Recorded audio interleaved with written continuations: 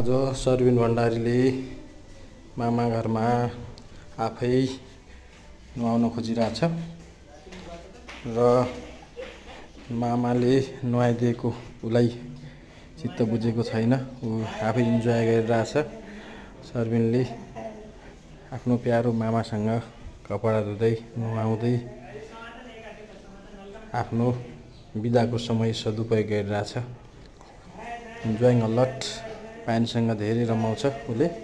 हामीले बच्चाको मनोबल अनुसार उनीहरूको इच्छा अनुसार हामीले त्यो अवसर प्रदान गर्नुपर्छ।